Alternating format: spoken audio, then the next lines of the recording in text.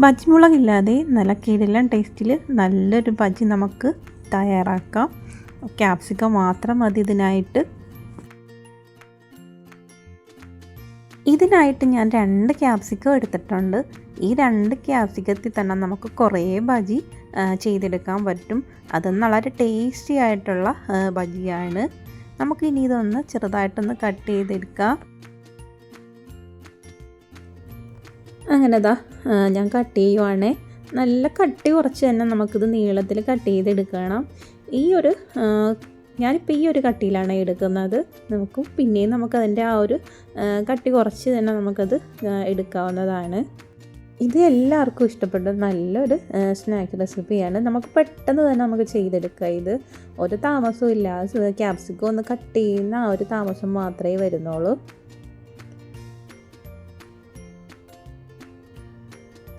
ഒരു ക്യാപ്സിക്കത്തിൽ തന്നെ നമുക്ക് ബജ്ജി കിട്ടും. അങ്ങനെ എല്ലാം കട്ട് ചെയ്ത് കഴിഞ്ഞിട്ടുണ്ട്. ഈ രീതിയിലാണ് ഞാൻ എല്ലാം കട്ട് ചെയ്തെടുത്തേക്കുന്നത്. നമുക്ക് ഇതിൽ കട്ടി കുറച്ചായാലും നമുക്ക് എടുക്കാവുന്നതാണ്. അത് ഓരോരുത്തരുടെ ഇഷ്ടാനുസരണം ചെയ്യാവുന്നതാണ്. ഇനി നമുക്ക് ബജിക്കുള്ള മാവ് കലക്കിയെടുക്കാം. ഇതിനായിട്ട് ഞാൻ കടലമാവാണ് എടുത്തേക്കുന്നത്.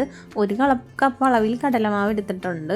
ഇതിലേക്ക് ഞാൻ ആവശ്യത്തിന് ഉപ്പ് ചേർത്ത് കൊടുക്കുന്നുണ്ട്. പിന്നെ ഞാൻ 1 സ്പൂൺ അളവിൽ കാശ്മീരി ചില്ലിയാണ് ചേർത്ത് കൊടുക്കുന്നത്. പിന്നെ ഞാൻ കായപ്പൊടി ചേർത്ത് കൊടുക്കുന്നുണ്ട്. 1/4 ടീസ്പൂൺ അളവിലൊക്കെ കായപ്പൊടി ചേർത്ത് കൊടുക്കുക. പിന്നെ നമുക്ക് ആവശ്യത്തിന് വെള്ളം ഒഴിച്ചു കൊടുത്ത് ഇതൊന്ന് നന്നായിട്ട് കട്ടയില്ലാത്ത രീതിയിലൊന്ന് കലക്കിയെടുക്കാം.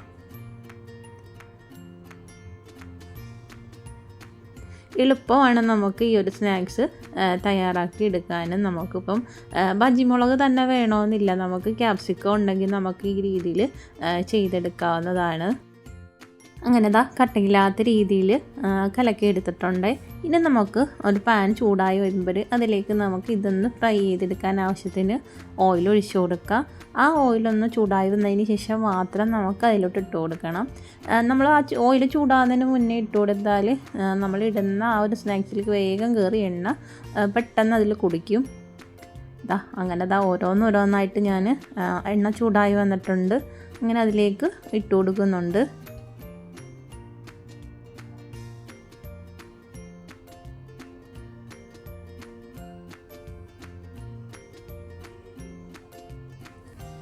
ഇനി നമുക്കിതൊന്ന് തിരിച്ചിട്ട് കൊടുക്കണം.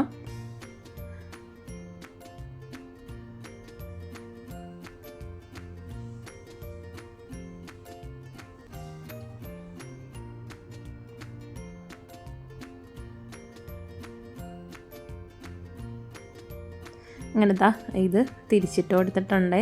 ഇതിനി നമുക്ക് ഫ്രൈ ആയി വന്നിട്ടുണ്ട്. ഇനി നമുക്കിതൊന്ന് എണ്ണയിൽ നിന്നൊന്ന് കോഴി മാറ്റാം. ഇനി നമുക്കിത്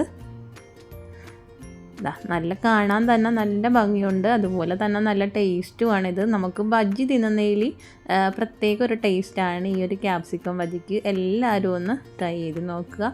എല്ലാവർക്കും ഇഷ്ടപ്പെടും.